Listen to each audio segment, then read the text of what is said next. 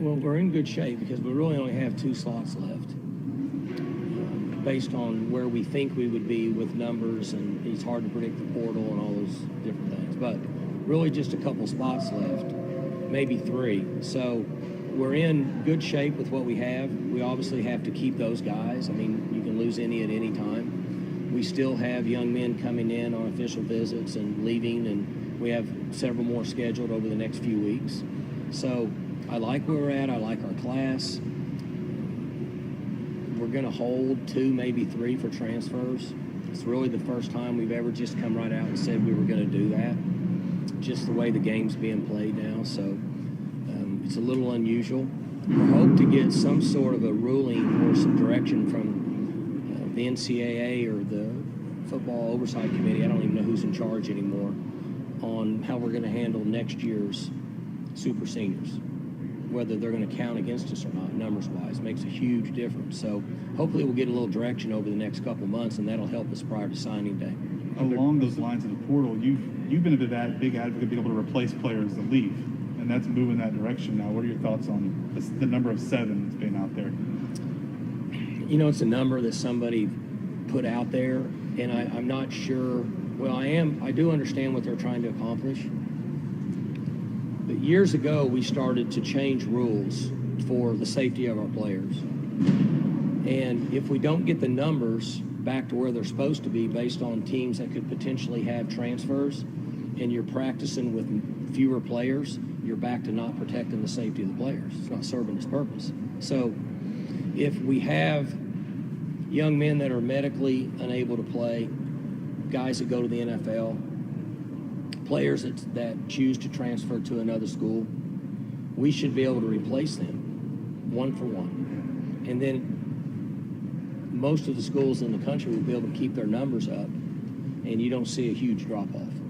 There have been teams across the country over the last 6 or 8 years that experience huge drop-off in scholarship numbers, and it's extremely difficult to win football games and recover. So I just don't understand why we don't go 1 for 1. And I know they say, well, you can bring a young man in and tell him that you don't want him here anymore and he leaves and you can replace him.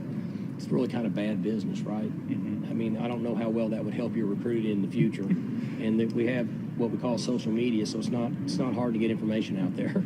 So I don't think that would be an issue.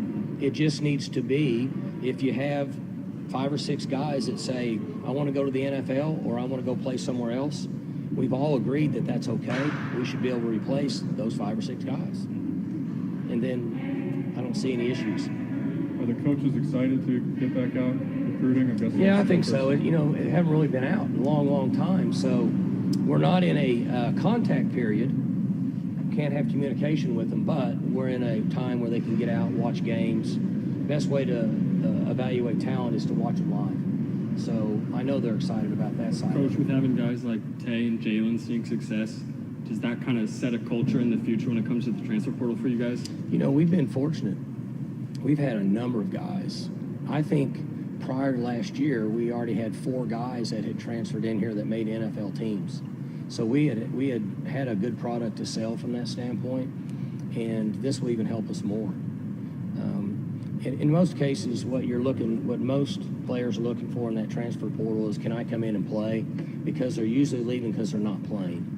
Or you'll get a player like Jalen who might be at a level where he says, I want to go to, in his opinion, a higher level, the highest level, and go play football.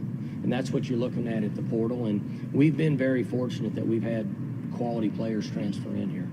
A lot of those players, though, were more on the defensive side of the ball that came in. And why do you think you're suddenly seeing an increase offensively that are coming in? And forever here, we had so many offensive players, nobody could come in here and get on the roster. I mean, you know, all those guys we had here for 10 years, and defensively, up until a couple, 3 years ago, we were struggling. So guys felt like they could come in and start. I mean, that's just the truth. You can call it like it is. Now, we were young, particularly at positions, and guys feel like they can come in and help on offensive positions. For more information, you can visit TulsaWorld.com.